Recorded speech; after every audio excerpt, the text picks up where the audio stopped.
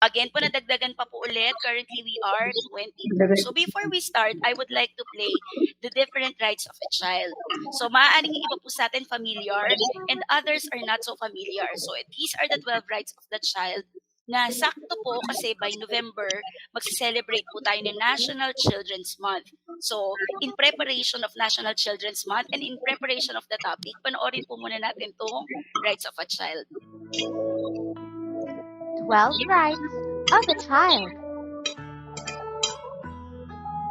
What are rights? Rights. These are the important things that a person needs to live a full life. The rights of a child apply to young people like you. Each Filipino child is entitled to these set of rights. Right to be born well. From the moment you were conceived inside your mom's womb, you already have life. You're a tiny human. Therefore, you have a right to be born well. Right to a wholesome family. This family is expected to provide you with love, care, and understanding, guidance, and helps to teach you of what's right and wrong. Right to a well-rounded development of personality. This includes the opportunity for you to develop your talents and skills, whatever they may be. Right to basic needs for a healthy life. You have the right to a balanced diet, clothing, shelter, and proper medical assistance whenever you got sick or you need a checkup. Right to a moral upbringing. Knowing what's right and wrong will help you choose the right decisions for you and for others. Right to education. You also have a right to learn as you grow to help you in your life journey. Right to opportunities. This includes wholesome recreational activities such as playing and having fun with yourself or with others, especially kids like you too. Right to protection. You must be protected from any harm that may cause you to be in danger. Right to a safe community. This means your community must be free from anything that may cause harm, and it must be safe for you to live in. Right to be cared by the state. That means you have the right to be protected by the laws. These laws of the state will say, "We got your back" if anything happens to your family.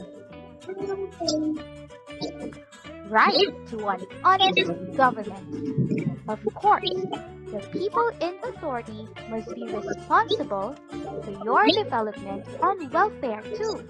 The government must be careful enough to provide you your freedom and what you need to live a full life. Right to grow up as a free individual. You can be who you would choose to be in the future. Just make sure that you use your talents and skills to help others too. Thank you! And God bless! Okay, so yun po yung 12 rights na dapat nating ma-share at malaman as a parent. Pero wait lang po para mag-move lang yung slide. Okay, so after watching po nung ating 12 rights of the child, what's next? Ano po ba yung kasunod? 'Di ba parang 'pag pinakinggan po natin yung 12 rights parang napo-provide naman po natin lahat yun feeling natin kasi nakakakain naman sila, napapag-aral naman natin sila. Tapos po, the right to decent and formal education, nasa private schools pa po yung mga bata. And of course, yun din pong mga basic necessity, kagaya ng bahay, ng clothing, lahat po nandyan. Pero is that enough? Tama na po ba talaga na mabigay natin lahat ng yun sa isang bata or sa mga anak natin? Pero 'di ba kahit po mabigay natin yung 12, meron pong mga individual na pangangailangan yung ating mga anak. And I would like to share this one.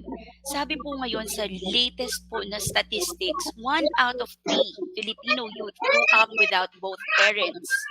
Can you imagine? Hindi po ito yung scenario na wala ang nanay, wala ang tatay. But this one, 1 out of 3. So, close to kalahati po, close to half, wala silang magulang. Where are the parents? They could be working, they could be abroad, they could be separated, or pwedeng iniwan na talaga din sila ng parents nila. So, ito po yung mga nakakalungkot na senaryo.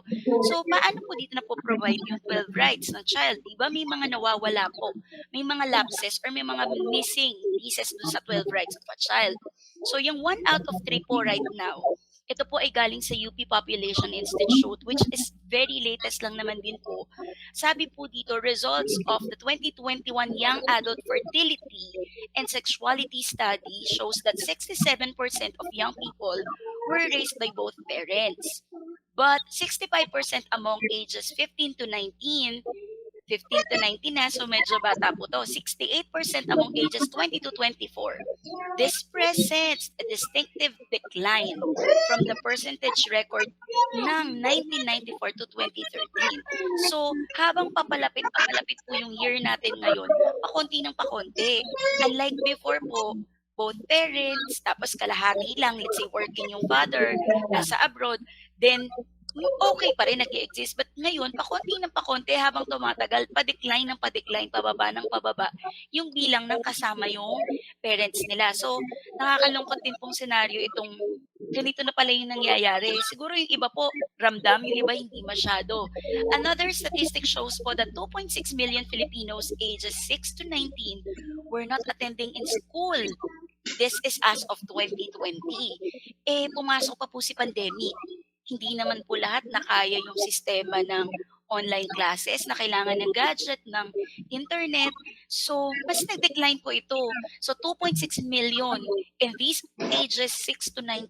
Napaka laki po ng gap. I mean, yung 6 to 19 po, di ba yan yung talagang nasa school supposedly from grade 1 going to college already, hindi lang po senior high. So, yung buong sakop na yun. And ako po currently, dati po nasa 10, 9, ngayon po nasa grade 7 ako nagtuturo. Ramdam na ramdam ko po yung effect ng pandemic. There are many children who cannot read. Nakakalungkot po ito ha, nasa grade 7, they don't even know how to read. So, both po effect ng wala yung parents, effect ng lapses ng pandemic, kasi hindi nga po naturuan masyado dahil online. Then online, kailangan, di ba, you have to read on your own. Kung walang magtuturo sa'yo, impossible na solo lang siya, bigla na lang siyang natutong magbasa. Napaka-rare po ng ganong mga chances.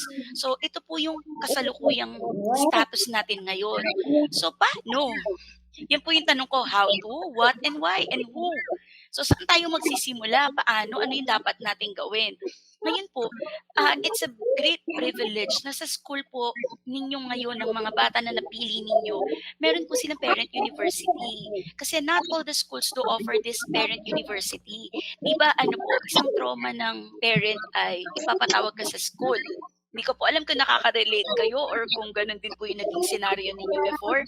Papatawag sa school, meaning may problem yung bata. Or ipapatawag ka sa school kasi may ambagan. Ipapatawag ka sa school kasi meeting ng PTA.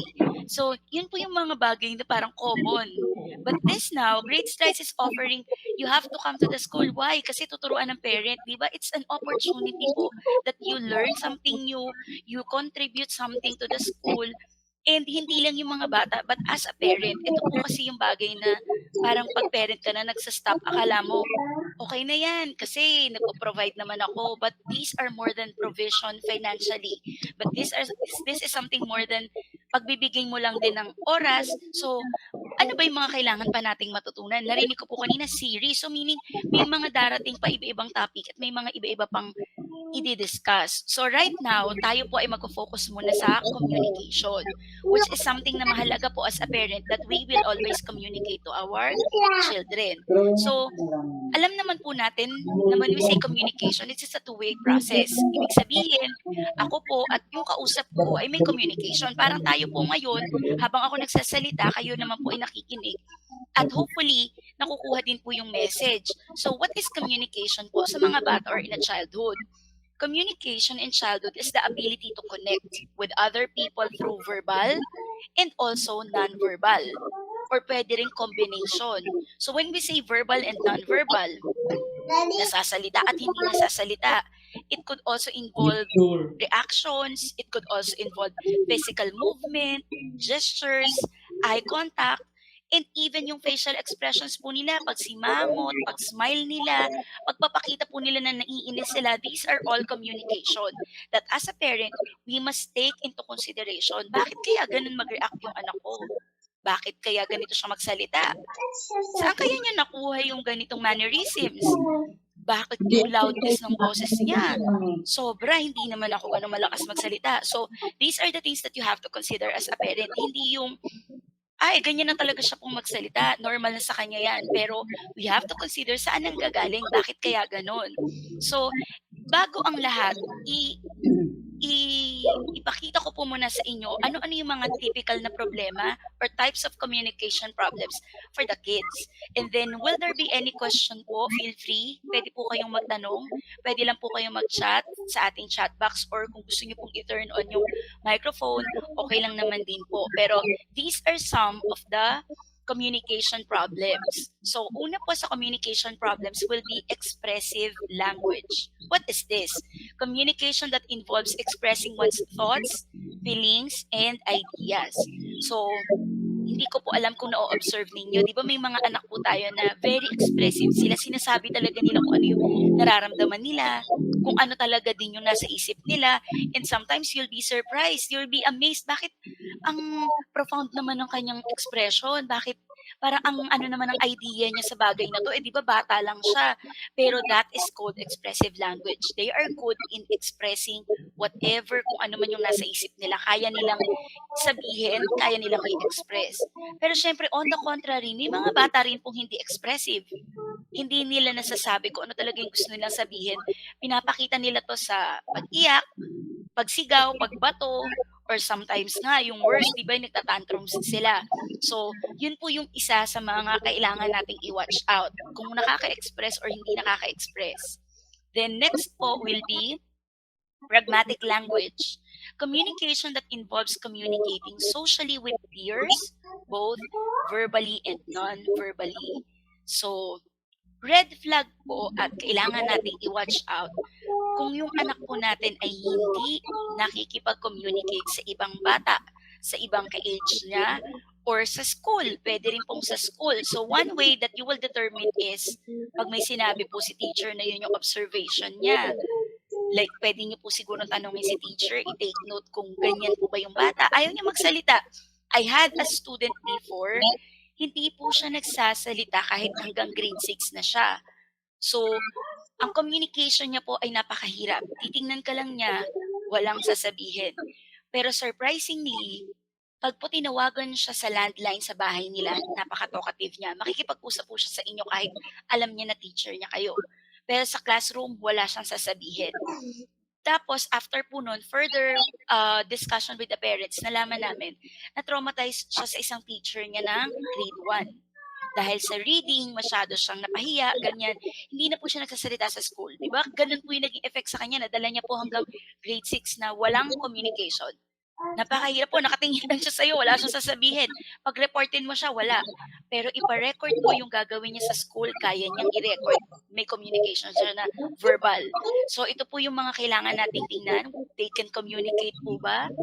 They can express or wala talaga, hindi sila nagsasalita. So watch out for this. So ito po yung pragmatic language. Then the next one, following directions. Although ang following directions po, I must say, is a skill na up to now, kahit po matatanda na, 'di ba, kailangan pa rin siya talagang ma-polish, kailangan pa din talaga siyang matutunan. Kasi hindi po lahat ay mabilis kausap when it comes to following directions. May mga tao na kahit sinabi mo na kung ano yung instructions, directions, hindi nila magets, paulit-ulit. So ito po, communication that includes listening, following instructions given by the adults. May sinabi ka, kaya niyang sundan yung sinabi mo. So example, simpleng bagay, ibibilin po ninyo sa bata, sa anak ninyo na pagkakain mo, yung spoon, example, you will put that inside the plastic. Why? For sanitation purpose, para hindi kumalat yung dumi dun sa bag, ilalagay niya doon. And then kasama ng baunan niya. Pero hindi niya matandaan. So, hindi niya ma-follow yung directions mo. So, another one would be, si teacher nagbigay ng directions. Baka naman hindi din nakikinig yung bata. These are also the pwede nating i-consider bakit hindi nakikinig. Baka mamaya may ear problem din naman pala. Hindi siya ganun ka-clear makarinig. So, para at least po, 'di ba, if there are some medical conditions, makita na po natin siya. So, minsan po hindi ito pinapansin eh. Akala ng mga parents parang simple lang naman pero binabaliwala nila. Pero following directions po kasi mache-check nyo rin ang comprehension. Nakakaintindi ba siya? Kasi ang sinabi ko encircle, ginawa niya underline. Okay? O kunyari sinabi ko rin, bring. Ang ginawa po niya, akala niya ido-drawing. So, these are the things that you should really pay particular attention, following directions. Then the next one po will be the narrative coherence. Maganda po itong narrative coherence. Communication that includes telling stories that make sense. Parents, ito po, one activity that you could do with your child is to ask them to narrate. Tell them what happened into their school, into their activities with their mates or friends, and then let them narrate. Let them tell you the details. Di ba minsan tayo parang, ay, ang daldal naman, wag na lang. Pero these are the things that you have to consider. Kaya niya bang sabihin? Di ba there are some kids even, Mommy, si teacher nagalit, ganito yung ginawa niya, isusumbong si teacher. So, why? We have to pay particular attention. Kaya niya sabihin yung exact details, what happened. So, this person is very observant, keen into the details, meaning talagang nakikinig siya, attentive. And not all the children are like that. Kasi may mga children po parang, ay, hindi ko alam, wala naman kaming ginawa. Meron din pong ganyan. So, narrative coherence, lagi niyo pong pakinggan. Ito po, before this talk, parang last Thursday, if I'm not mistaken, tinanong ko po yung anak ko. Siya po ay grade 9. Sabi ko sa kanya, as a child, as a teenager, ano ba yung dapat na parang mai-communicate ko sa kanya? Tinanong ko po yun in because of this topic. Sabi niya sa akin, ito siguro yun, na parang kailangan naging practice daw po na itanong ng parent, how is your day? Yung simple question, how's your day? How are you? Sabi niya sa akin, sabihin daw po yun. Why? Pag nasanay na daw po kasi na laging tinatanong yun, it becomes normal. And then they will open up. Magsasabi po sila kasi alam nilang normal na nagtatanong ka. Unlike yung surprisingly, all of a sudden, hindi ka naman nagtatanong, tapos biglang alam mo may issue, bigla ka nagtanong. Ipoprotect na nila yung issue. They will not tell it to you already. Pero kung ikaw ay everyday, you are asking them, how are you? How's your day? Ano nangyari sa school? It becomes a regular habit na hindi nila iniha-hide yung details. So, na-realize ko, ay, ganun pala yun, di ba, coming from a teenager's point of view, na ako naman minsan parang regular question ko lang naman talaga yun. Tinatanong ko po siya lagi, how's your day? How are you? Or even sa text, minsan nag-text kami or nag-chat. Yun po yung mga typical na tanong ko. Pero very important po pala siya because it will help you determine if there is something going on with your child. So, sanayin na po siguro natin kahit as early as preschool, we ask them, how are you? How's your school? How's your classmate? What went with your activity? O, di ba? Para sa narrative coherence din po nila na ma-develop. And then another one would be receptive language. Ano ba yung receptive? Communication that involves understanding and comprehending what others are saying in conversation or lecture. Ito po, mahalaga to ha. I am teaching English po for high school. And I've noticed, nakikinig naman sila, tahimik naman sila, but the comprehension, they do not understand you. So, we as a parent should be the one who will determine, naiintindihan ba niya yung sinasabi natin? Do they get what we're trying to point out? And aside from that, hindi lamang po natin malalaman na magsasagot po kasi yun oo, naintindihan ko or hindi. But we have to ask follow-up questions. Minsan po, di ba, parang ulit-ulit. Yun, tatanungin natin. So, anong dapat mong gawin? Anong dapat mong sabihin? As a teacher, ganun po You give the directions and then you follow up. You ask them, okay, what's the activity all about? What do we need to do? Bakit? To double check if they did get your message, to check whether they did comprehend or not. So, ganun din po tayo. Kaya, as a parent, di ba ang daming gagawin, no? Parang pati art of questioning involved po talaga sa mga bata. Ito po, hindi lang po ito kasi sa preschool, hindi lang po sa grade 1. Kahit po matanda na, kailangan nating ma-double check. Minsan po, this is also the problem that goes with your partner. Hindi pala naintindihan ng asawa niyo yung gusto mong sabihin, o hindi niya naiintindihan kung ano yung gusto mong mangyari. So, kailangan i-communicate din natin kasi dito po pumapasok yung misunderstanding. Kaya minsan, di ba, kahit po sa family may away kasi hindi kayo nagkakaintindihan, hindi kayo nagkakaroon ng parehong meaning sa iisang instructions. Kasi kunyari, sinabi mo, umuwi ka ng maaga. Yung palang maaga mo, meaning 6 p.m. Sa kanya naman pala yung maaga is basta before matulog. Di pwedeng 10. So, di ba hindi kayo mag-aabot dun? Kasi mag-aaway na kayo. That is also a point of check for the comprehension. Iisa ba kayo ng ibig sabihin? Nagkakaintindihan ba? So, yan po yung isa sa receptive language. The next one is articulation. Sa articulation po, communication that uses proper speech sounds so that words come out clearly. So, ito pong articulation, mahalagang masimulan as early as the child starts to talk. The child starts to mumble a certain word.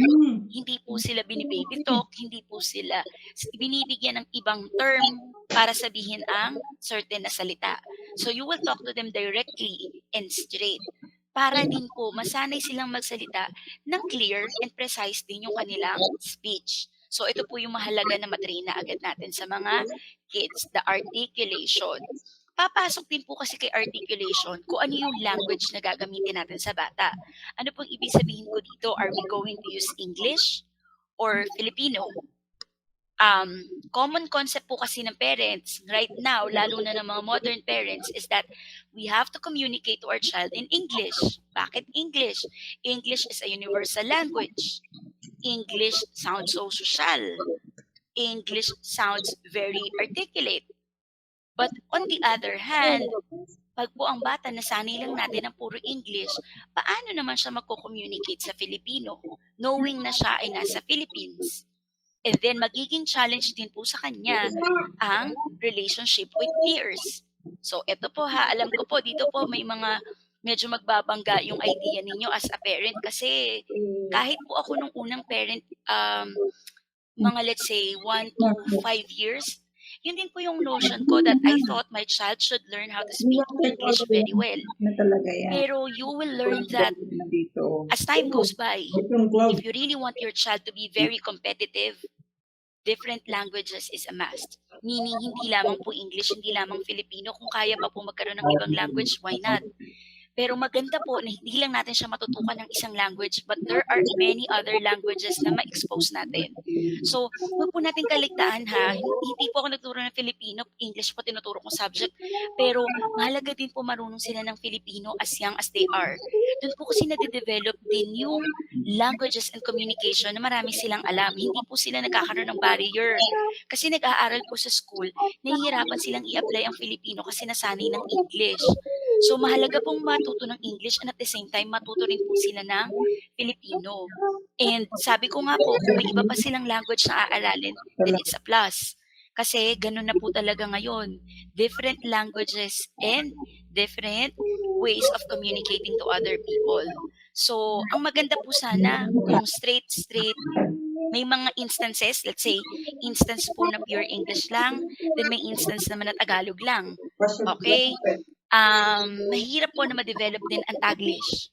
What do I mean by Taglish? In one sentence, you have English. In one sentence, you have Tagalog. Konyo. I would like to buy this ganyang-ganyang stuff para maging ganito. Di ba may mga ganyan po tayo? What happens?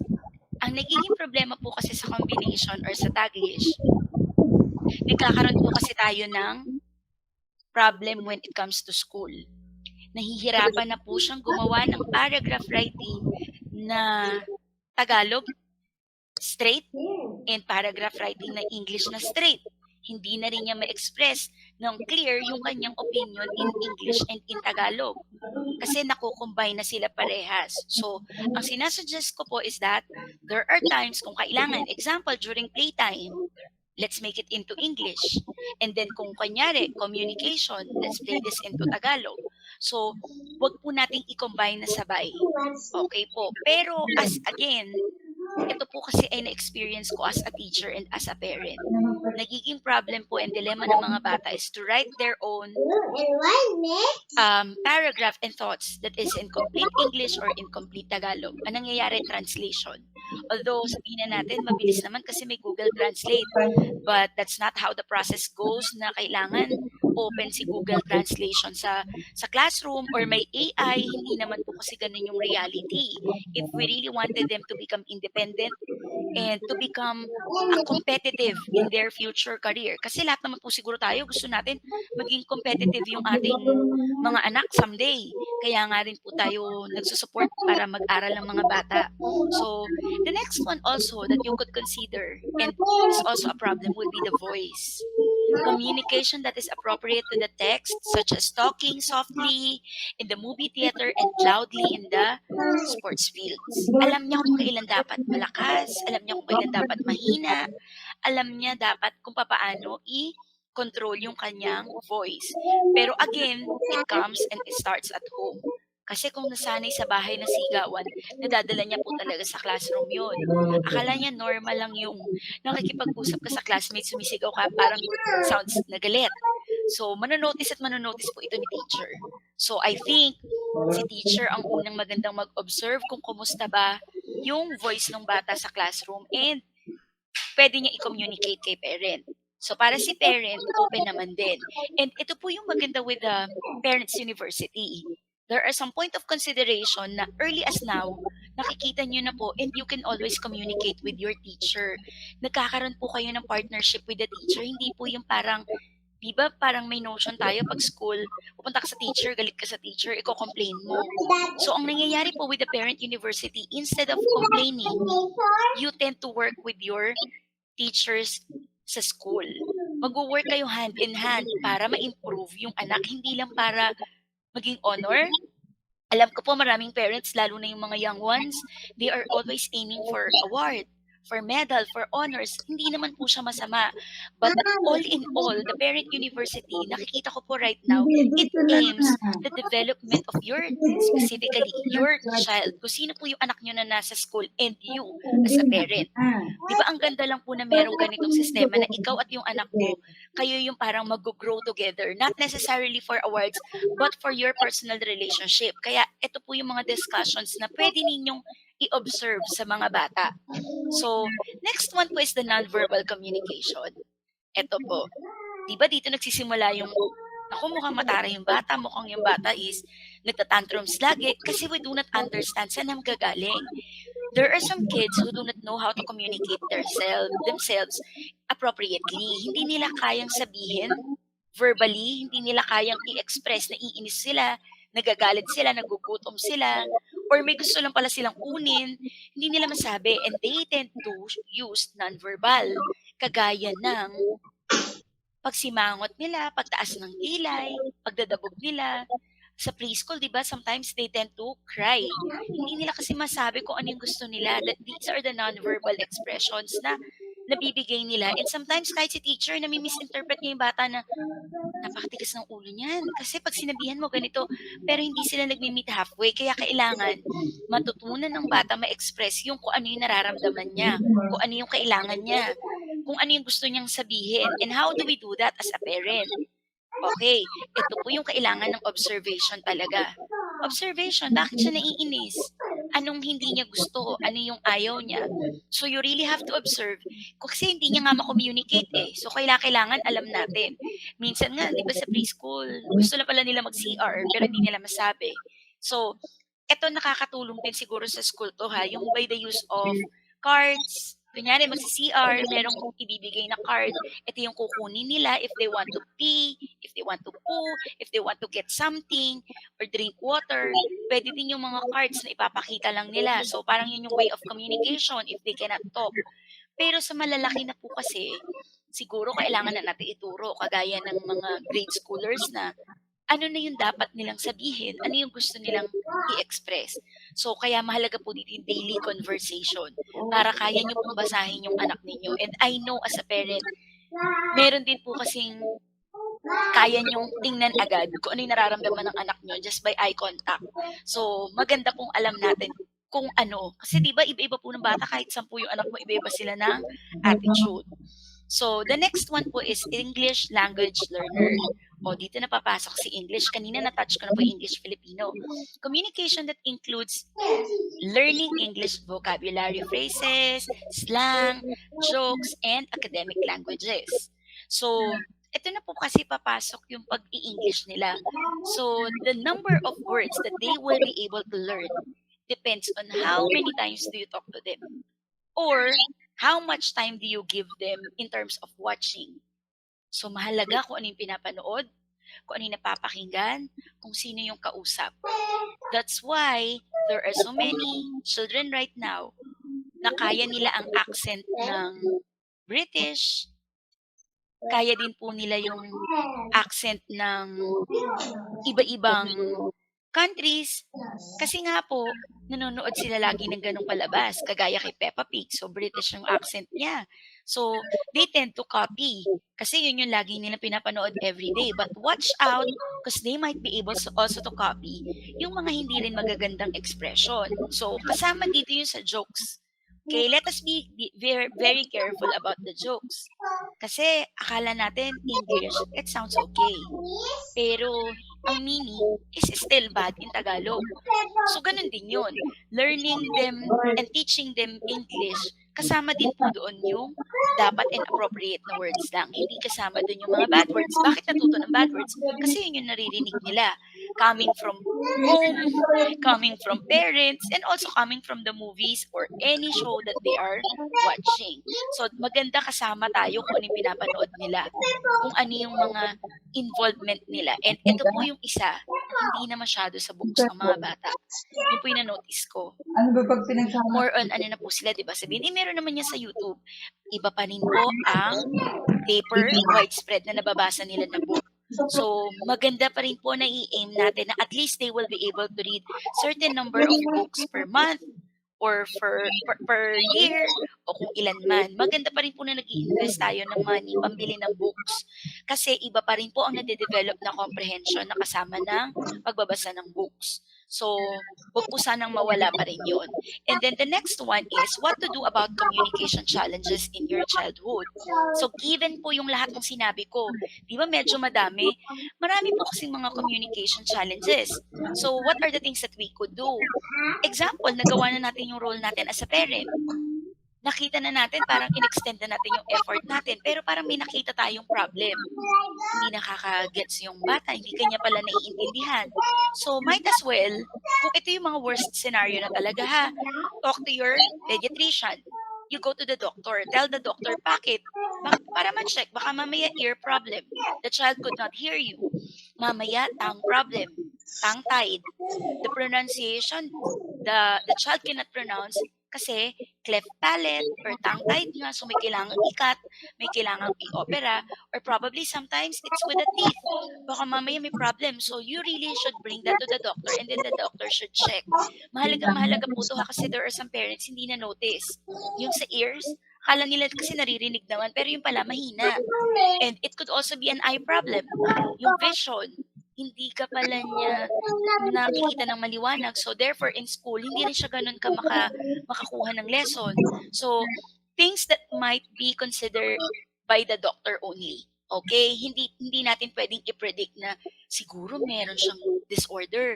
Siguro ganito siya. We cannot tell that unless it is verified by the doctor. Another one would be teacher's observation.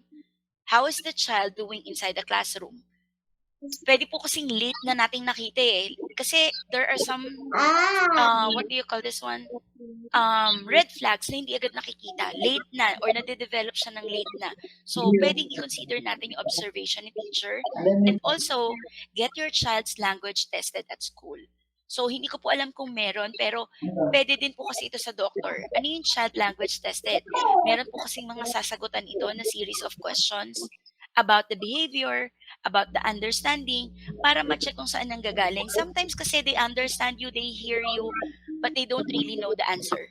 So, pag yun, baka mamaya meron din naman kasi kayong kailangan i-consider sa development ng brain and ng function ng kanyang different parts of the body. Since na-mention ko rin po yun, okay, ito lang yung mga few details that we could also consider. Ito po, again worst scenario na siya. I'm not saying naman na pag ganito na yung kaso ng anak nyo, it is already the end. No, you could still help the child. Ito po, speech language pathologist. Pag hindi po siya nakakapagsalita, hindi nakaka-communicate. Like what I have mentioned po, yung student ko na grade 6 na hindi nagsasalita, nagte-therapy po siya. And then, meron po kasi siyang post-traumatic. So, dinidil din po kasi yun sa kanyang psychiatrist. So, pwedeng i-consider si speech language pathologist, special education teacher, the SPED, if ever, psychologist, and then pediatrician, and then the geneticist. Geneticist, if there are some genetic problems. Okay? Kasi meron pong ganun na mga development. Late na develop because of the certain genes. Pero, again, it doesn't mean na pag nandito na sa stage na to yung bata, this is already the worst scenario. Pero, again, you can still help. Kung hindi ko po alam kung nakita nyo yun, pero hindi naman po kasi ako nanonood ng TV, to be very honest. Pero, nakita ko lang po sa social media yung kumakalat na interview. Sa Itbulaga po kasi to. So, ang nangyari is that merong matanda na siya, nakagraduate, pero siya po ay identified with autism. And at the early age, 2 years old, nagte-therapy na siya. Pero if you will notice, nakagraduate siya ng college with flying colors, pero he is very good in communication. Nakaka-communicate siya, na-express yung sarili niya. Pero again, it's because they started the detection and then the treatment and then the therapy at an early age. So early detection pa rin po is maganda. So let us be open if in case there are some things that na-observe natin na hindi regular, kakaiba, hindi siya usual na nangyayari sa mga kids. But I just wanted to discuss this one. Ito po ay kasi nag-signal na po si Jimmy. Parang ine-extend tayo ng 15 minutes. So, magre-renew na lang po siguro ako if ever. Oo, yun nga po. So, we might send another link or if possible pa rin yung old link. So, again, this one is from Eric Erickson Stages of Psychosocial Development. So, ito po ay, if you took education, kasama po to sa board exam, laging mahalaga pong malaman yung development in certain period or age ng growth ng kids. So, what is the first one? From infant, from birth up to 18 months, which means 1 year old and a half, what happens? Ito po yung sa kanyang unang stage. The virtue that should be developed will be hope. There is the process which is what we call trust versus mistrust. So, nadidevelop po kasi sa stage na to yung kung sino yung nag-aalaga, nandun yung trust ng bata.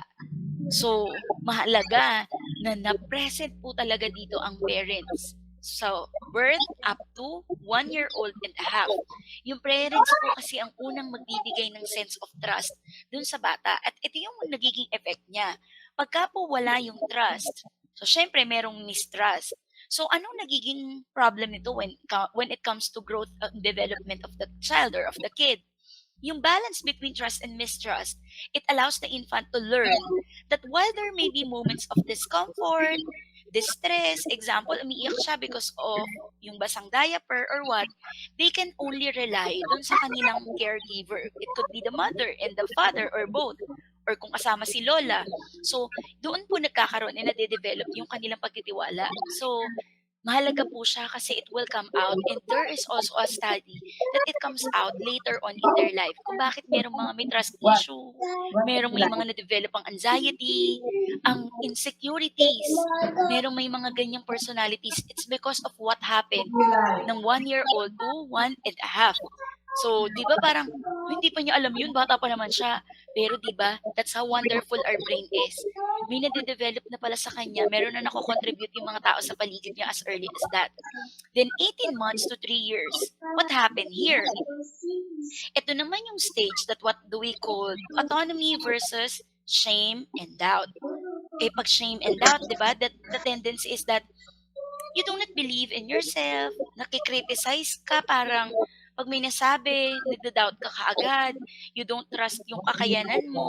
So, mahirap din po siya. So, what happens in this stage? Yung development po ng potty training, pagsi-CR lang po ng bata, nagde-develop po siya ng confidence. But if it will not be developed, it will really give shame and doubt sa capability ng bata. Di ba parang, CR lang naman yun, bakit ganun?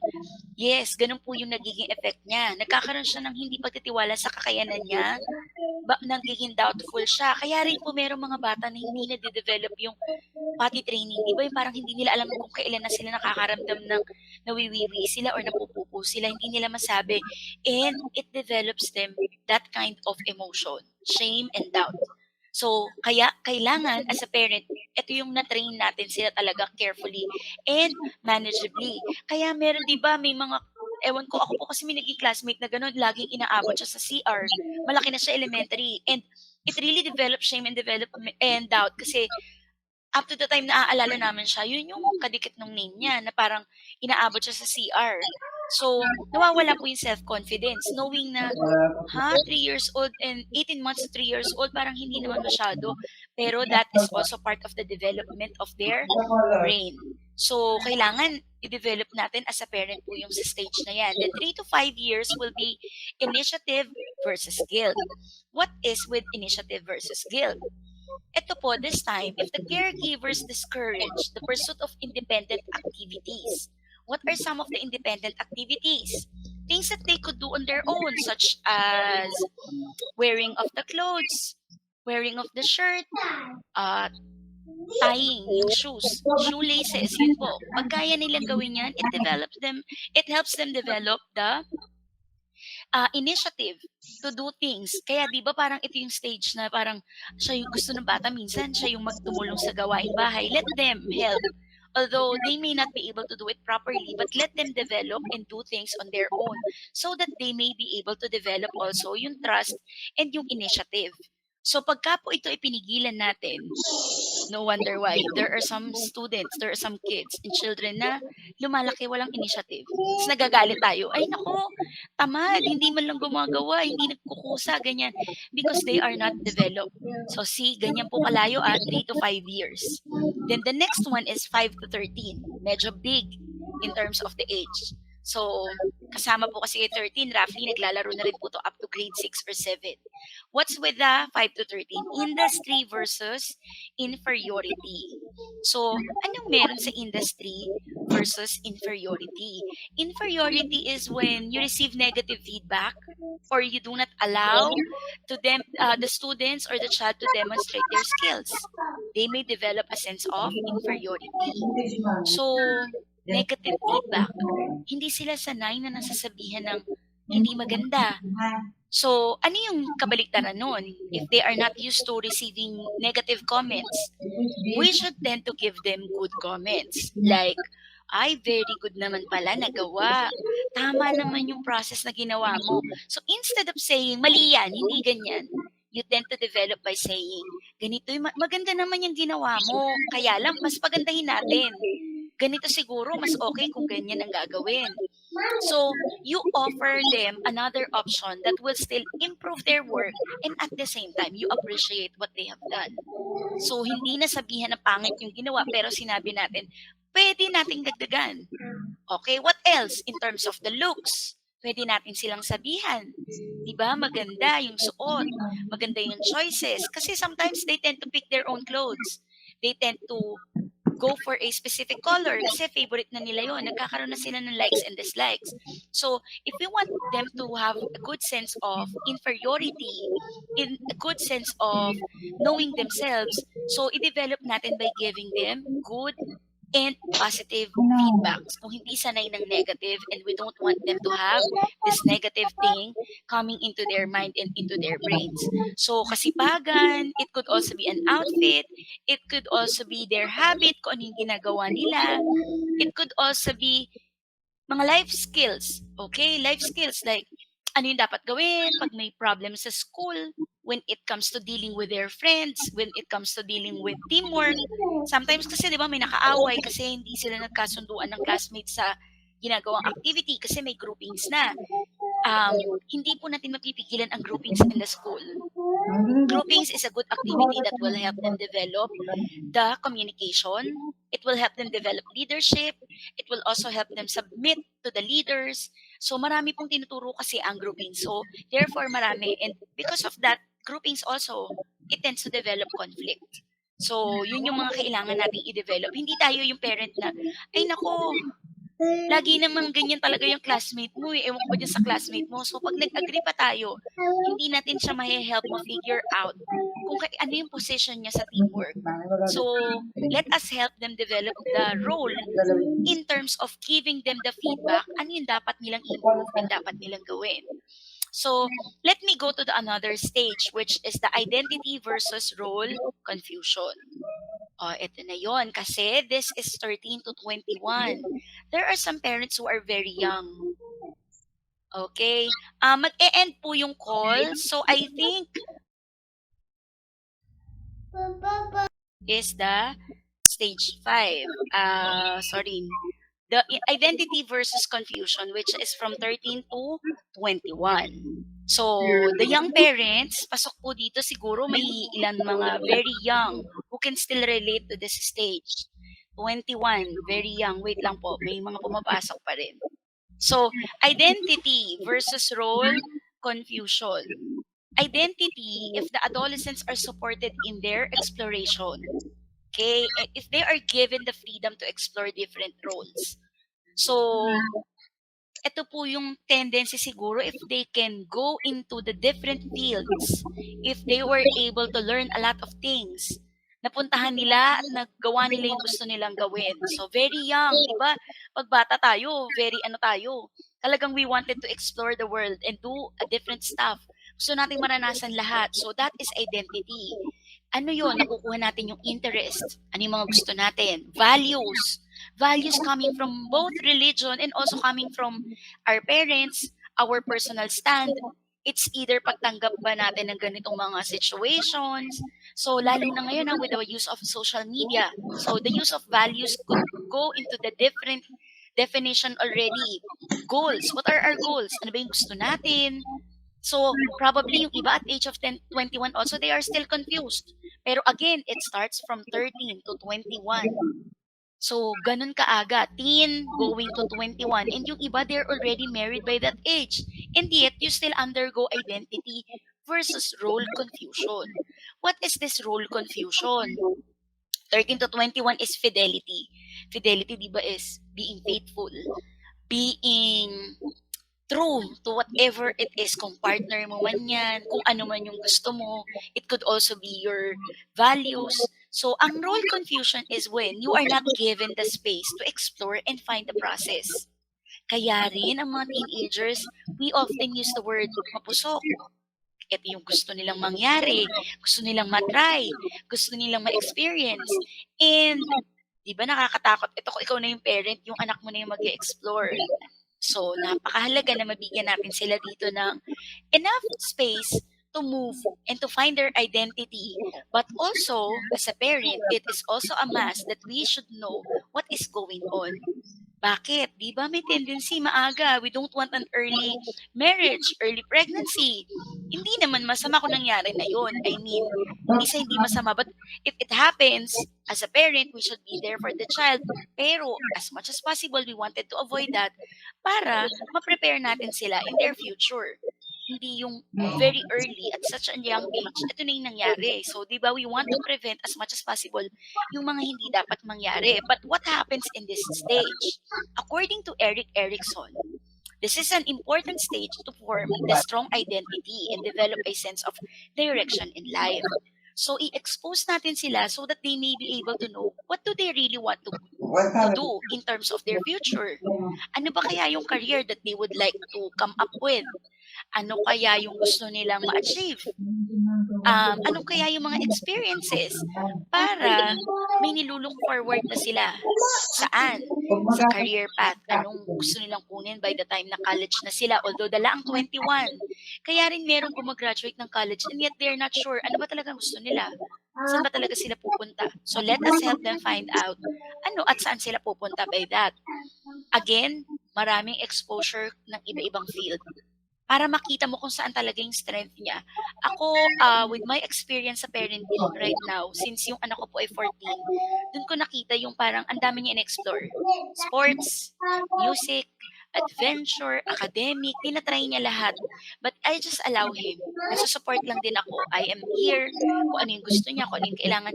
Kasi he's trying to figure out asan yung strength niya. Gusto niya, pero tinitingnan niya, ito ba, nandito ba ako, yung mga gusto kong gawin in life? Iniisip niya na rin right now kung ano yung courses na pwedeng possible. And I think as a parent, maganda yun. Ini-involve na natin sila. What are the courses, the possible courses, the possible school? Hindi yung tayo lang gusto natin, kailangan Lasal ka, kailangan UP ka. But how can they go to Lasal and UP? Open them up to the different opportunities and privileges. Hindi naman masama siguro na may ina-achieve na sila as early as 13 on what they wanted to become. Although mababago-bago pa rin yan, but still, our role as a parent is to help them find that out kung asaan. Again, they can find that through their friends, to their personal identity, kung ano talaga yung gusto nila sa sarili nila. It could also be friends or peer influence nga, yun na mention ko. It could also be social acceptance. Gusto niya pero hindi naman nagmamatch yung paligid. Di ba? Like singing. Gusto niya singing, pero yung audience, they do not agree na singing talaga yung talent niya. O experiencing diversity. Diversity when it comes to perspective, beliefs, values. Hindi lang pala ganito dapat yung alam ko. May iba pa palang belief na ganito. So, conflict and resolution. What is this conflict and resolution? So, paano mag-solve ng issues? Paano mag-solve ng mga problem with the adults? Behavior. Nagkakaroon ng different roles sa buhay. So, kaya mahalaga yung sinabi ko kanina na groupings. It helps them expose asan sila. Gusto ba nila yung leadership role? Baka mamaya magiging next mayor pala or next servant or yung leadership niya pala. Doon niya na-realize, mas gusto ko pala yung ganito yung work ko. So, something that's about managing. So, let us help them identify where do they really want to stay. And then, the next one po will be another stage, which is the intimacy versus isolation. Anong ages na po itong intimacy? 21 to 39. Intimacy and isolation, because as we all know, this is the stage where we go into set up our own family. So, sa ayaw at sa gusto natin, hindi lang tayo, pero yung anak natin, we have to prepare them for being a parent also in the future. Ba sabihin ng mga parents, hindi pa po kami ready dyan. Which is something naman talaga na totoo at naiintindihan natin. Hindi pa tayo ready, masyado pang bata. Pero, again, we can prepare them. And how do we do it? How do we address this one? Okay? Kasi ito na yung point na they will develop their own intimate and reciprocal relationships. They will also learn to commit to relationships. So, isolation because they need to solve their problems on their own. Kanya-kanya na po. Di ba tayo nga sa age natin? Although hindi ko alam kung mas marami pa rin ba sa mga parent ngayon ang you have your parents and your in-laws to solve problems. But for 21 to 39 years, you should also learn to solve conflicts on your own, to have close relationships, kung ma-experience man yung rejection, identity crisis, yung mga ganyan. So, challenging po ang stage ng 21 to 39. And then the next one is 40 to 65. So, pang mga parents na tong stage na to. Generativity versus stagnation. The stage wherein you felt that you are very productive and also at the same time, the stage wherein you might feel that you are no longer productive. Kasi retired ka na, wala ka nang pwedeng gawin. Or, the other way around, now that you're retired, you will be able to do a lot of things. So, pinaghahandaan po talaga. Right now, andito na po ako sa stage na to kasi I'm already 44. Generativity versus stagnation. And one way for me to cope up with this is to study. Kaya po nag-aaral pa rin ako. So, para walang stagnation. Para hindi ka nasa-stuck dun sa bagay na alam mo na lang. And then the next one, which is the close or the last stage will be integrity versus despair or ego integrity. Yung iba, yan yung explanation nila. What is ego integrity? This one is a stage wherein the individuals feel that they have lived a fulfilling and meaningful life. So they will experience ego integrity. Kasi na-achieve mo na yung dapat mong ma-achieve. Napuntahan mo na yung mga gusto mong puntahan.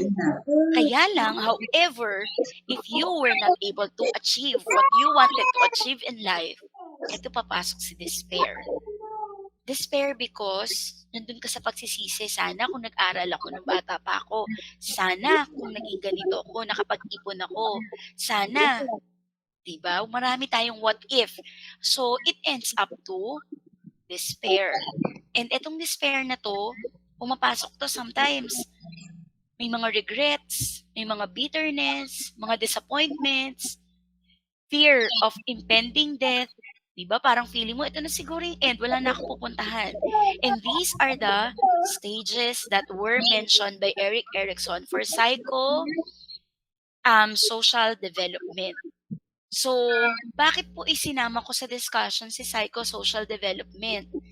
Para at least somewhere and somehow po aware tayo that our life is a long process. Our lives may be short, we may not be able to reach out ng 60, hindi natin alam, we can never tell kung hanggang saan yung buhay natin. But it is a process that we will all go through. So lahat na po tayo, kasama na yung parent, kasama na yung anak natin. May mga major development po sa bata, pero tayo, di ba, nakalagay doon 65 pa-end na technically. So may ibang hindi pa umaabot ng 65.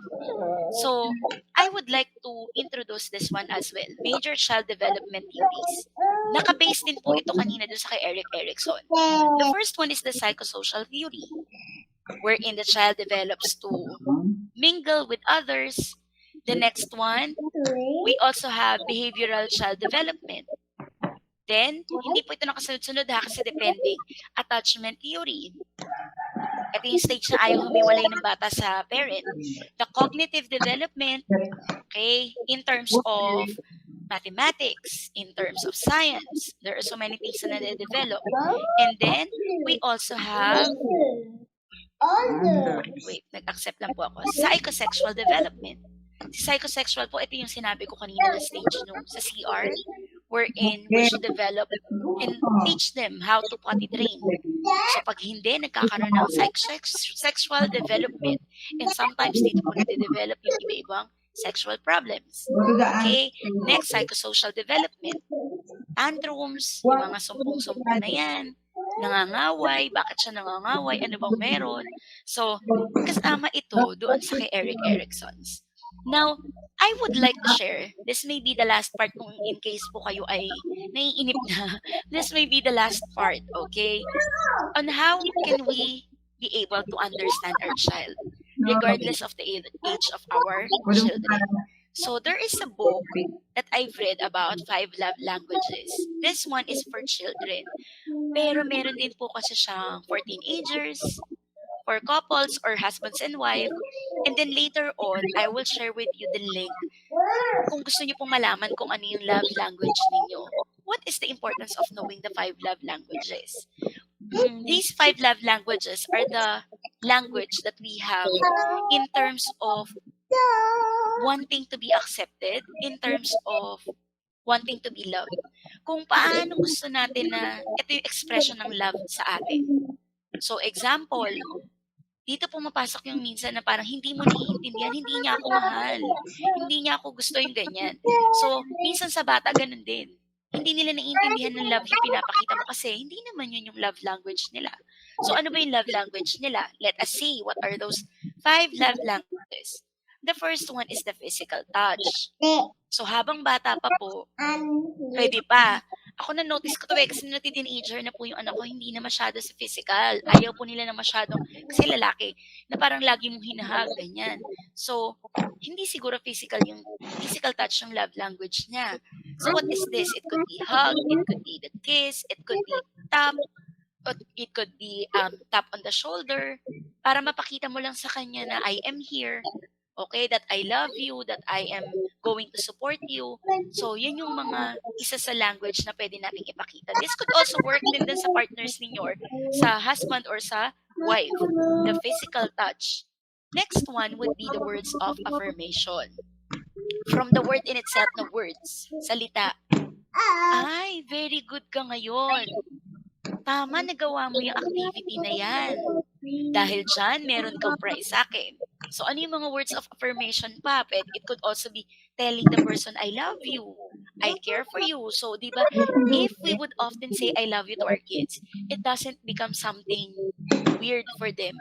Ba't ako sinabihan na I love you to? Pag nasanay sila that you are always saying, I love you, it becomes a regular form of words of affirmation. Sinasabi mo lagi sa kanila, "Oh, go, galingan mo. Andito lang si mommy. Hindi ako aalis. Sasamahan kita kung may competition." Sa school, yung affirmation natin na, "I will wait for you." Okay? Sometimes it is an assurance for them. But you have to fulfill yung words of affirmation. Kasi pag nasanay sila na sinasabi mo to at hindi mo naman to ginagawa, the words of affirmation doesn't have a magic anymore. So, ang magic ng words of affirmation, you really have to affirm that whatever it is that you're saying is true. Or else, ang kukuha din nila yan, they will utter a promise, they will utter good words, but they will not do it. Kaya, matuto po tayong mag-affirm na paninindigan natin yung sinabi nating affirmation. Okay, then the next one is acts of service. Acts of service is when you do something for your kid. Ito rin, manonotice nyo parent, kung yung anak ninyo ay merong acts of service. Kunyari, ang gagawin niyang way ng pagpapakita ng love niya sa'yo ay bibigyan ka niya ng pagkain. Ikaw yung saservan niya. Eh di ba laging ikaw dapat ang nagsaserve as a parent, pero yung anak mo hindi. Gusto niya siya yung magbibigay sa'yo. Tapos minsan may mga surprising things na ang gagawin, lalagyan ka din niya ng, pupunasan ka rin niya. So parang yung anak mo parang, yun din siguro yung acts of service niya. Meaning, yun yung way ng pagpapakita niya ng love. Siya yung nag-e-express ng anything that she could offer by doing something. Mami, ako na. Pagbitbit lang ng gamit. So, vice versa to ha. And sometimes, yung sa husband din ninyo, baka yun din yung love language niya, act of service by doing something. Siya na lang yung magagawa ng mga activities sa bahay. Kunyari lang siya na yung maglalaba, magluluto, may mga ganyan. So, you identify, you check kung ano yung act of service na minamahal ninyo sa buhay. This works not just for the kids, but again, for also your partners in life. And then the next one, gifts. Sabihin nyo, di ba parang lahat naman gusto regalo? Hindi. There are some who doesn't like gifts. Hindi sila mahilig tumanggap. Pero there are some, they are very happy receiving something, even if it's just a small thing. Kahit card lang, kahit letter. Kaya din, di ba, sometimes yung mga kids natin, nagbibigay ng letter, kasi yun yung way niya ng pag-express ng love. Meron din namang pag sinulatan mo, ayaw na ayaw niya ng gano'n. Hindi niya bet yan. So, hindi yun yung love language niya.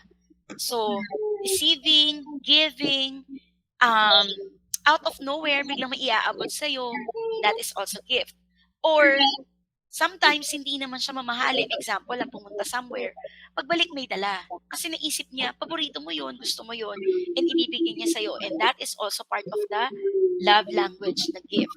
And then, this one, of course, is quality time. I think, mahalaga na nagbibigay tayo ng time. Yes, that's true. We are all working. Siyempre, yung pag-work naman natin para sa future din ng kids. But quality time in terms of doing something together with your kids. Ito, sabihin nyo, nanonood ng TV, magkakasama, etas naka-cellphone, hindi ka naman nakikinig doon sa anak mo. Quality times meaning spending time over. Not doing anything, focus ka lang kung ano yung dapat ninyong gawin. As a family, kayo ng anak mo. So that is already a quality time. Sometimes, reading a book could also be quality time. Kasi ikaw yung babasa ng book for your kid. Ikaw yung mag-share ng experience. Sometimes, baking is also quality time. Siya yung pag-mixin mo habang gumagawa kayo. You do things that may develop the skill of the child, and at the same time, nag-i-invest ka ng time dun sa anak mo. So, yan po yung 5 love languages. And if you're interested, pwede nyo pong i-screenshot. Yan po yung link wherein you can answer love languages quizzes so that you'll be able to find out ano yung love language nyo. So, may available siya for kids, for parents. Meron din siyang love language for working, sa co-workers mo, sa workmates, like that. So, kung gusto mo lang namang malaman kung ano yung love language mo, kasi feeling mo gusto mo yung regalo, feeling mo gusto mo rin yung quality time, para malaman mo kung ano yung higher percentage. And at the same time, malaman mo rin kung ano yung love language ng anak mo, kasi pwede rin siyang for children. Pasagutin mo yung anak mo, or you will be the one who will interpret the questions dun sa anak mo. And then later on, pag na-identify mo na, alam mo na yun yung love language niya, alam mo na rin kung paano i-express yung dapat na gagawin mo para sa anak mo or dun sa bata. So, maganda siya na activity, and at the same time, this will also help you develop the love for your kids. Bakit kailangan may love? So again, communication is not just about talking. Communication is not just about verbal and non-verbal. But without love, wala lang ding sense yung communication. So we need to find out the love language so that we may be able to express also what is intended for our kids. So I just wanted to share this from James chapter 1 verses 19 to 20. Sabi dito, my dear brothers and sisters, take note of this. Everyone should be quick to listen. Share kayo. Makikinig po muna. Slow to speak and slow to become angry. Because human anger does not produce the righteousness that God desires. And in communication, we thought communication is something na kailangan nating ibigay agad. Pero coming from the perspective of the Bible, Di ba mabilis muna tayong makinig. That is the essence of communication. Bago tayo mag-react, bago tayo magalit, bago tayo magsabi ng kung ano man, we must be quick to listen. So let us take time listening to our kids. Let us take time listening to our partners. Take time listening to our friends. And if you listen, dun po papasok lahat ang proper communication. Bago tayo mangaway, bago tayo manugod, let us listen first. So again, that is coming from James chapter 1 verses 19 to 20. So later po, meron tayong question and answer kung meron pong tanong. But before that, I would like to leave this isang prayer for the parent on how to become a great parent and what are the things that you should do to become a great parent. So remember po, ang parenting is something that we did not, probably some of us pinlan, pero there are some who did not plan about it. It just came along because it's part of life. Nag-asawa ka and then nagkaanak, and you felt na hindi ka naman ganun pala ka-prepare as a parent. So good thing, may mga ways on how to prepare, such as the Parent University. Nandiyan na yung anak natin, nandiyan na yung situation. But what are the things that we can do about it? So let us take time, let us watch this one, and then later po, kung may question, feel free to ask. Magbago man ang panahon, doon Wait kami lang po, sa gawang Fearless. Champion, mula sa baretang pangmatagalan, purong pa. What is it? A great parent is not the one who gives the most money, not the one who gives the most toys, not the one who gives the best place to live. A great parent is the one who gives attention. To be a great parent, all you need to do is be present with your child. Not give presents, be present. That's all kids really want. They want you to notice them, to be loved, to be wanted. The best parent is the one whose eyes light up when their child enters the room. The parent who makes a promise to love unconditionally. The parent who leads by example. Not by what you say, but by what you do. Kids will never pay attention to your words. They will always and only pay attention to your actions and your intentions. A great parent works on themselves. A great parent makes their own mind strong, knowing their kids will likely follow in their footsteps. Heal yourself. Make your own mind strong. so your children can see the clearest example of what a great life looks like. Setting a clear and strong example of what type of human being you want your kids to become starts with you. It's up to you to set the example of kindness and compassion toward others, to set the example of what it is like to be yourself, to set the example of living a magical life that you choose. That's what a great parent does. Set their child free. Allow them to be themselves. Allow them to make their own decisions. Live your life in such a way that when your kids think of kindness, compassion, strength, authenticity, and real joy, they think of you. A great parent knows not to allow anything in their life they don't want their children to reproduce in their lives. That includes toxic relationships. That includes bad habits. That includes making decisions based on fear. A great parent listens. They don't lecture. A great parent supports, never shames. A great parent guides and sets free. Being a parent is not a job. It's a privilege. Being a parent is not a burden. It's a blessing. They are always watching. What kind of role model will you be for your children?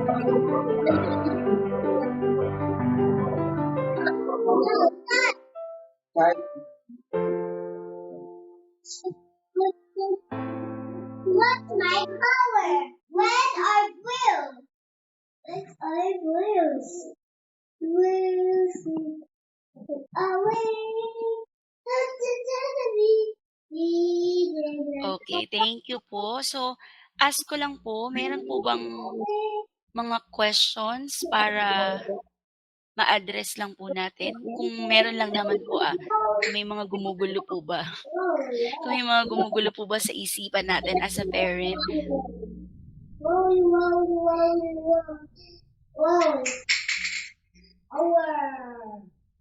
Ayan po, feel free to ask any question. Wag lang pong about sa ibang bagay.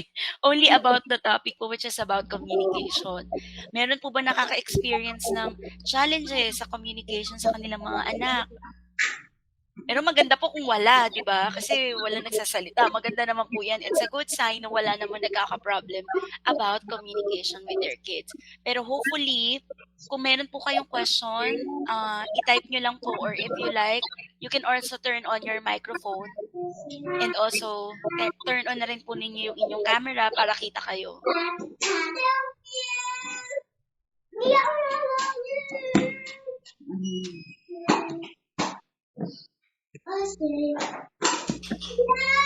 Wala po ba? O nahihiya lang po kayo? Ako na lang po magtatanong. Hindi, wala po talaga akong tanong. So, siguro po,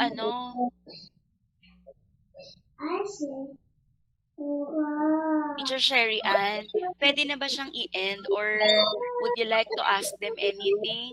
Kung may question ba sila or what? Baka nahihiya ang mga parents. Hello, Teacher Gladys. This is Ay, hello Hazel. po. Good morning po. Hello, good morning po. Saan po medyo bad yung place ko? Just curious po regarding the non-verbal communications or verbal communications rather. When it comes to this, to the children, they cannot express their feelings. So by the time yung anak ko sometimes nagka-tantrum siya sa school, what should I do? How can I? You mentioned earlier that I have to talk to them for understand and observe, no? What should they want to say, no? But sa house, yes, they can do it. But sa school, how can we guide them on, stopping them from being or doing their tantrums? How old na po yung bata? 3 years old. 3 years old. So, very young naman din po talaga. So, non-verbal communication po, it could either be yung gestures nila or body posture. So, hindi po nila ma-send yung message nila. So, again po, nakaka-verbal na rin po ba siya? Nakakasalita na po ba siya? Yes. Good naman po. At least verbally nasasabi niya. So, ang question niyo po is, hindi siya nakakapag-express ng Sometimes po, ng feelings na if One time po it happened na nag-tantrum siya, iiyak siya tsaka nagwawalan sa school. Maybe because I noticed na bad mood talaga siya bago siya pumasok sa school. Me, as a mom, alam ko. Pero lagi ko bang i-inform sa teacher na please observe my child's behavior before they go to school. Should I inform them para they know how to communicate with my child kahit wala ako sa school? Actually, maganda po yun na the teacher in itself is aware of what's happening at home. Kasi totoo po yun. There are some instances, although, di ba, lahat naman po tayo merong good days and bad days. So, same thing with the kid.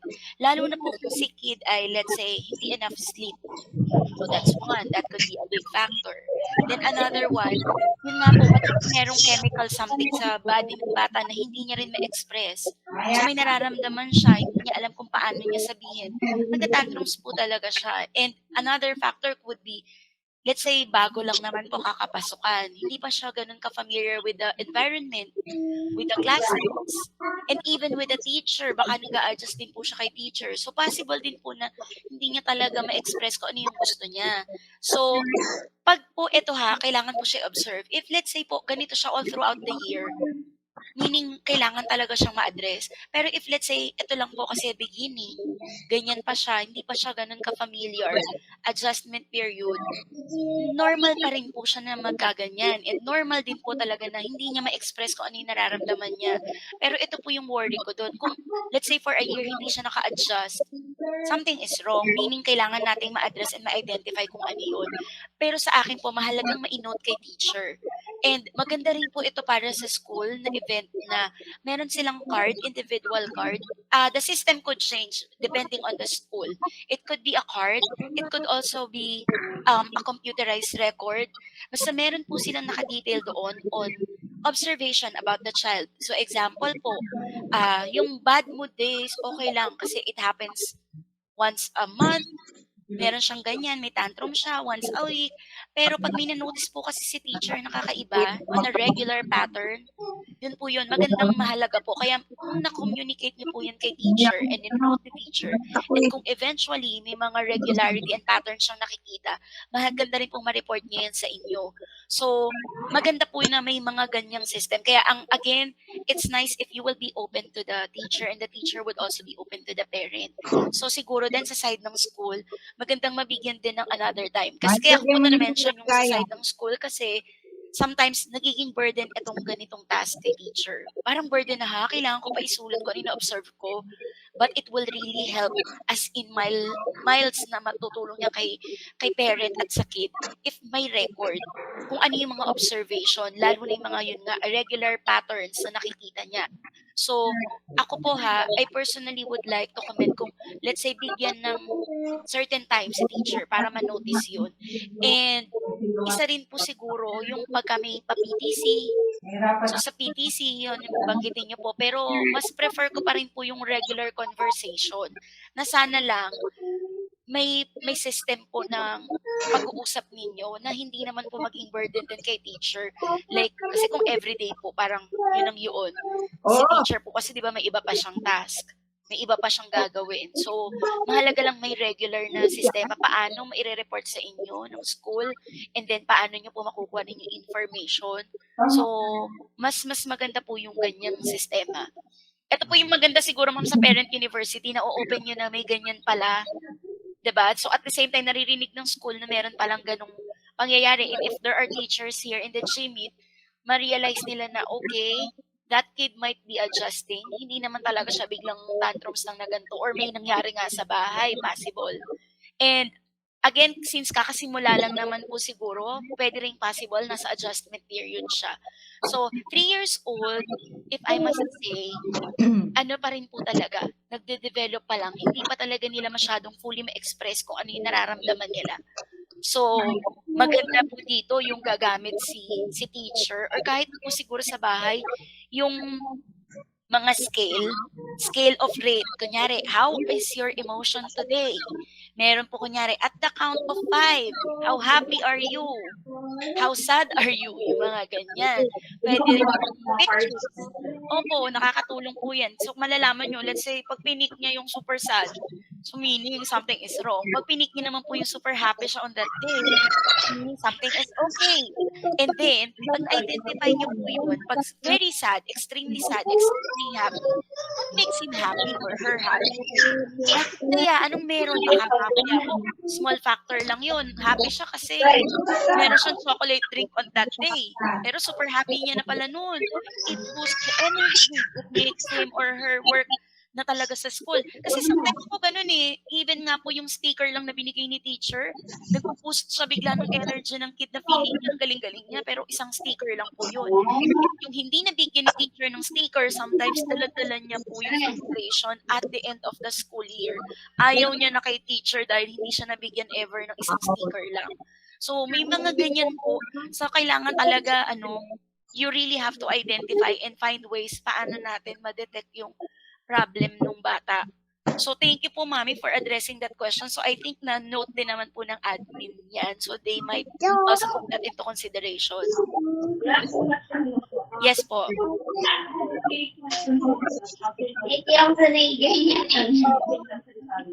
Wait po, Mami, ha? Wait lang po. Nag-choppy po bigla. Pa-repeat lang po yung question. Is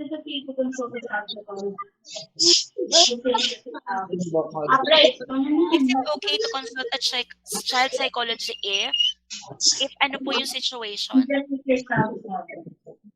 If your child is normal? Yes po. Yeah, do not believe that when you consult a child psychology, dapat you felt that something is wrong with the kid. No. Even po, extreme, example, yung bata ay super galing. Yung bata ay mataas ang comprehension. Yung bata ay sobrang kakaiba. The more that you have to consult, hindi lang po yung extreme na hindi, na parang may problem. You have to consult also even if the child is super okay. Bakit? To identify. Baka mamaya yung tinatago niyo pong anak, di ba mamaya siya pala yung gifted. And sometimes din, yung batang may nakikita tayong something na parang problem, sometimes pag na-address siya at an early age, siya pala yung merong tinatago rin na kakaiba. Kasi po, let me just share this example. We have this student. Siguro hindi naman po masama sabihin ko na anak po siya ng may-ari ng Japan Homes. Siya po ay na-identify as with autism. Siya po ay na-kick out sa school. So, off the record na lang po. Na-kick out po siya sa school. Chinese school po kasi. Na-kick out siya kasi nung maliit pa siya, yan po, hindi niya ma-express kung ano yung gusto niya. Nagtatantrum siya. To the point po na binato niya ang faculty room ng school.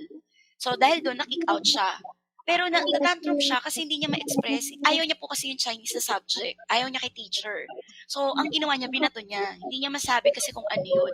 Pero ito po yung pinaka-good thing. Nung na-identify po kung ano yung meron, since may autism nga po, right now, ngayon po, isa na po siya sa, wala po siya sa Philippines right now, nag-aaral po siya, nasa Europe. Nakita ko po kung paano nag-excel when it comes to academic. Kasi, ito po kasi yung na-notice sa kanya, nagagalit sa kanya ang maraming teacher kasi siya po ay may ginagawang activity habang nagka-class. Like, hindi po siya talaga mukhang nakikinig. Pero nung later on po na-develop na, nalaman na kung ano, na-pinpoint kung ano yung autism niya, and then ano pa yung kasama, kasi sometimes po, di ba, may kasama pa yun. And then after po ma-identify, nagte-therapy siya. So ako po sa class ko, inaalaw ko siya nagdo-drawing. And at the same time, habang nagdo-drawing siya, once you ask him the question, alam niya yung lesson. Ganun po siya kagaling. Pero, di ba, pag typical teacher po, hindi mo alam yung situation niya, magagalit ka. How come you're doing that in my class? Yan, sasabihan mo na siya ng something negative. Hindi na rin siya makikinig talaga sa'yo, aayawan ka na niya. Pero yun pala, kaya niya yung ganun multitasking. Nagdo-drawing po kasi siya ng anime. And ganun siya kagaling mag-drawing ng anime while listening to the teacher. So, kaya kailangan po maaga yung early detection. Pag na-early detection po kasi din, yun, papasok po ano yung dapat na treatment, na therapy. So, nakakatulong po siya. Kaya hindi sa akin po, hindi lang yung may problem. Sometimes, kahit po wala, kasi mas secure tayo kung wala pala, di ba? Alam natin. And baka mamaya, pagpapacheck natin, may ma-identify pala yung child psychologist or psychiatrist and even the therapist na strength niya. So, yung strength niya, dun po tayo makaka-focus. So, maganda rin po yan. I think, yun nga lang po talaga hindi po kasi ako sure sa Laguna kung saan yung may mga pwedeng makapag-consultan. Kasi kami po dito, usually, sa UST.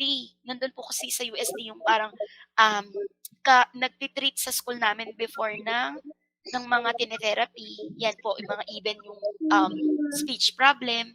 So, meron po ganyan. Pero sa Laguna, yun lang po. Search nyo na lang din po siguro and ask the pediatrician. Pero yun nga po, since nasa school kayo, probably the school could help you refer kung saan yung malapit at yung okay din kung saan. Kasi di ba medyo pricey rin po kasi yung ganyang consultation. Sa totoo lang, mabigat din po. Or yung pediatrician nyo po baka may ma-recommend. So, ayun po.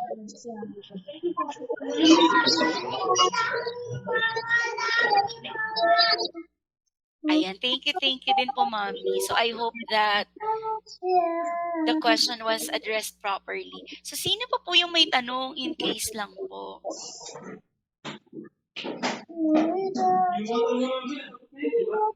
Oh, Meron pa po ba?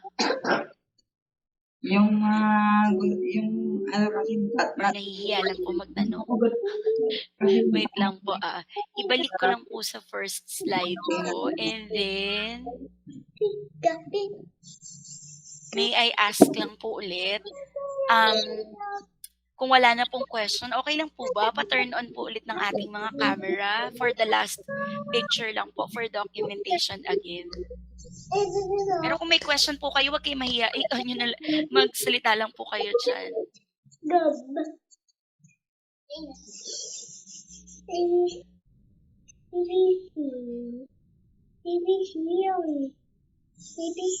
Okay po. So, yung iba ay naka-off. Hindi ko pa alam kasi nagla-lunch na yung iba. So, picture lang po ulit tayo. 1, 2. Another one. Last one po. 1, 2. So, thank you po, dear parents, for coming. And before we leave po, wait lang po. Last one.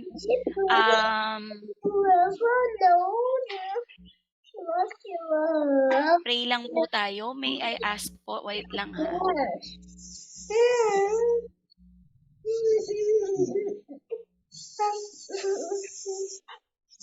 Ayan. So, let us all pray lang po before we finally end. Let me just pray for all the parents here right now. So, let us pray.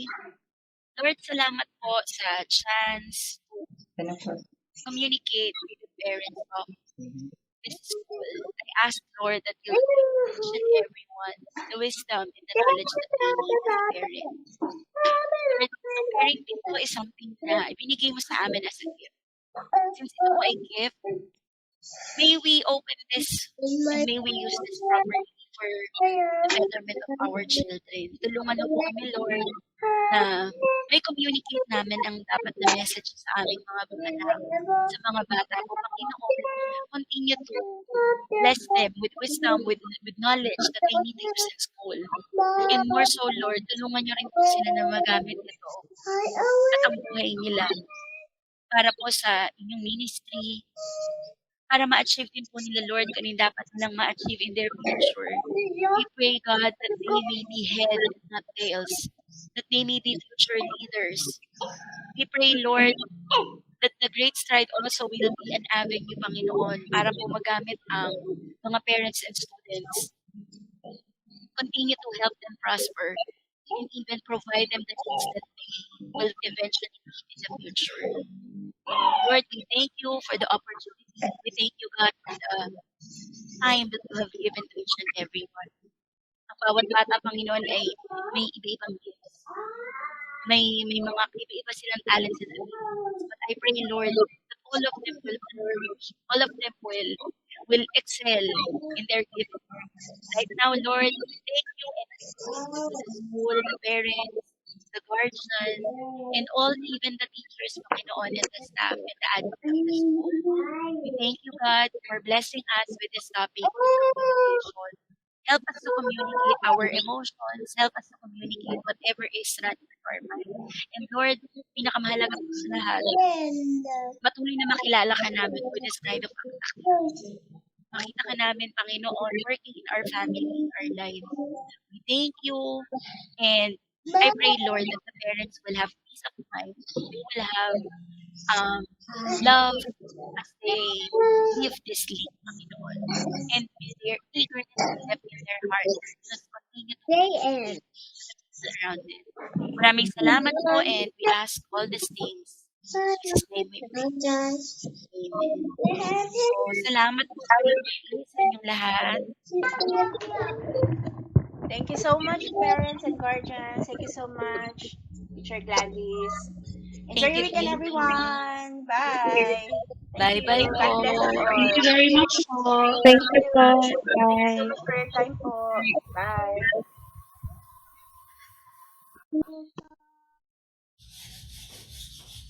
Whisper, whisper,